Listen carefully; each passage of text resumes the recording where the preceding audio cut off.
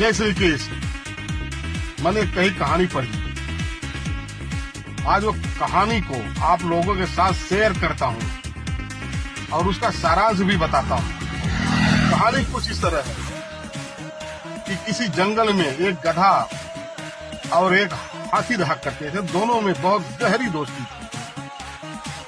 एक दिन गधा और हाथी खुले आसमान के नीचे बात कर रहे थे।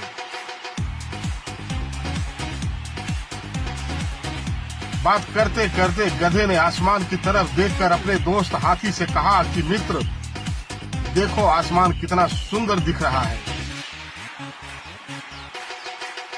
उसका रंग सफेद है। यह सुनकर हाथी ने कहा कि मित्र, आसमान नीला होता है। आपको सफेद इसलिए लग रहा है कि चांदनी रात है और बादल आपको सफेद दिख रहे हैं। गधे ने कहा, नहीं दोस्त, आसमान सफेद होता है। हाथी ने कहा, नहीं नीले। अब बात बढ़ते बढ़ते दोनों में हाथापाई तक आ गई। गहरी दोस्ती टूटने की कगार पर आ गई। फिर हाथी ने कहा कि मित्र, चलो हम जंगल के राजा शेर के पास चलते हैं। वे जो कहेंगे हम दोनों को मानने होगा। दोनों जंगल के राजा शेर के पास जाकर अपनी समस्या को बताते हैं। राजा शेर दोनों को बड़े ध्यान से सुनते हैं और फिर अपने मंत्री को आदेश देते हैं कि हाथी को 10 कोड़े लगाकर छोड़ दिया जाए। यह सुनकर हाथी हक्का बक्का राजा महाराज की तरफ देखते हुए कहता है कि महाराज, ये कैसा अनर्थ है,